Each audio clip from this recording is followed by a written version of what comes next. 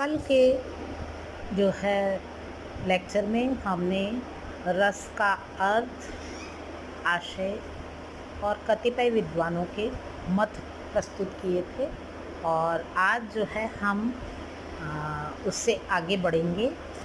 आज का टॉपिक है रसावयव, यानी कि रस के अवयव।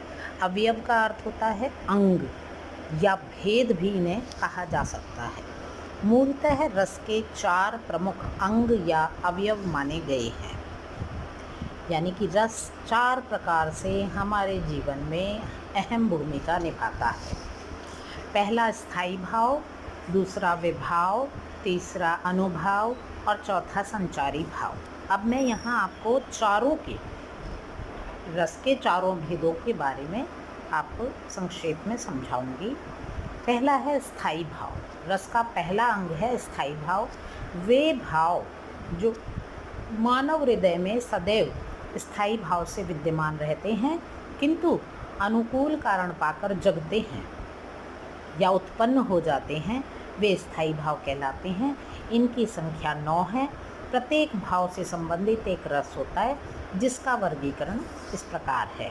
जैसे श्रृंगार भाव है तो उसका स्थायी भाव है रति, यानी कि जब हमारे मन में रति भाव जागृत होगा तो उसका साहित्यिक नाम है श्रृंगार रस। फिर है वीर। वीर का स्थायी भाव है उत्साह। जब हमारे अंतस में उत्साह उत्पन्न होगा, जगेगा, तो वीर रस के दर्शन होंगे।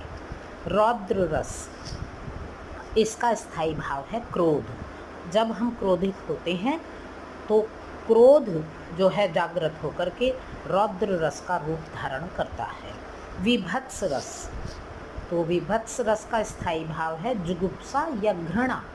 जब हम किसी चीज़ से घृणा करते हैं तो हमारे मन में घृणा का भाव पैदा होता है और वस्तुतः विभत्स रस की उत्पत्ति होती है। जब हम विस्मय करते हैं, आश्चर्य करते हैं, तो अद्भुत रस के दर्शन होते हैं। तो 5वां रस है अद्भुत रस। इसके बाद है शांत रस। शांत रस का स्थायी भाव है निर्वेद, ना सुख ना दुख। जब ये भाव हमारे हृदय में जगता है तो वहाँ पर शांत रस पैदा होता है। अगले रस का नाम है हास्य रस। हास्य उत्पन्न होने पर, हंसी आने पर हास्य रस की उत्पत्ति मानी जाती है। इसके बाद में आता है भयानक रस। जब हमारे मन में भय का भाव उदित होता है, हम भयभीत होते हैं, तो साहित्यिक रस उत्पन्न होता है भयानक रस। और जब हम शोक में डूबते हैं, जब हमारे मन में शोक या निराशा या कुछ इस तरह के दुख के भाव उत्पन्न होते हैं, तो करुण रस की उत्पत्ति होती है। इन 9 रसों के अतिरिक्त 2 रसों की चर्चा और होती है, जिनमें 10वां रस है वात्सल्य रस, जो कि संतान विषयक प्रेम भाव के हमारे हृदय में उत्पन्न होने पर सामने आता है, जिसे हम वात्सल्य रस के रूप में जानते हैं। और 11वां रस है भक्ति रस। भगवत विषयक जो प्रेम भाव है, परमात्मा के प्रति जो हमारा लगाव है, जो हमारे भक्ति भाव है, वो जब हमारे मन में पैदा होता है तो भक्ति रस के रूप में सामने आता है। इसके बाद में जो है दूसरा भेद है विभाव। विभाव का अर्थ है कारण, यानी स्थायी भाव पढ़ा हमने। अब है रस के 4 अंग हमने अभी तक पढ़े हैं, बताए गए हैं। पहला हमने वर्णन पढ़ा है स्थायी भाव। स्थायी भाव के 11 भेद हैं, मूलतः 9 भेद हैं और 2 हमारे और अतिरिक्त जोड़े गए हैं। इसके बाद में विभाव। विभाव का अर्थ है कारण। जिन कारणों से सहृदय सामाजिक व्यक्ति के हृदय में स्थित स्थायी भाव पैदा होता है, वह विभाव कहलाता है। ये 2 प्रकार के होते हैं, आलंबन विभाव और उद्दीपन विभाव। आलंबन विभाव यानी जिसके कारण व्यक्ति के मन में स्थायी भाव जगता है, पैदा होता है, उसे आलंबन विभाव कहते हैं। रावण को देखकर लक्ष्मण के हृदय में क्रोध नामक स्थायी भाव उद्बुद्ध हुआ। तो यहाँ लक्ष्मण आश्रय है और रावण आलम्बन, यानी किसके कारण पैदा हुआ क्रोध?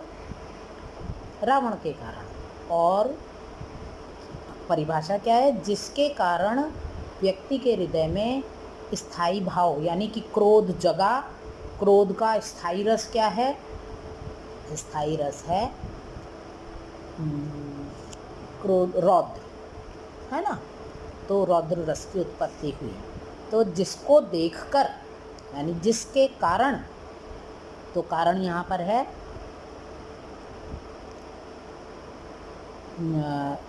कारण है रावण। तो यहाँ लक्ष्मण आश्रय है और रावण आलम्बन है। रावण के कारण लक्ष्मण के हृदय में क्रोध नामक स्थायी भाव पैदा हुआ, जिससे जो है रौद्र रस की उत्पत्ति हुई। उद्दीपन विभाव। उद्दीपन विभाव, ये भाव आलम्बन विभाग के सहायक एवं अनुवर्ती होते हैं। अनुवर्ती यानी इनका अनुसरण करने वाले होते हैं, इनके साथ साथ चलते हैं। इसके अंतर्गत आलम्बन की चेष्टाएं एवं बाह्य वातावरण आते हैं, जो स्थायी भाव को और अधिक उद्दीप्त और उत्तेजित कर देते हैं।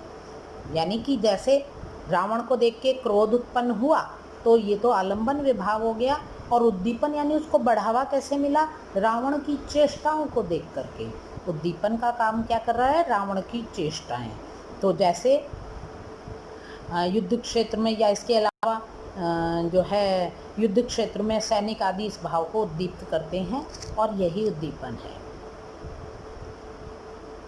इसके अंतर्गत आलम्बन की चेष्टाएं एवं बाह्य वातावरण आते हैं, जो स्थायी भाव को और अधिक उद्दीप्त कर देते हैं, तेज कर देते हैं, उत्तेजित कर देते हैं।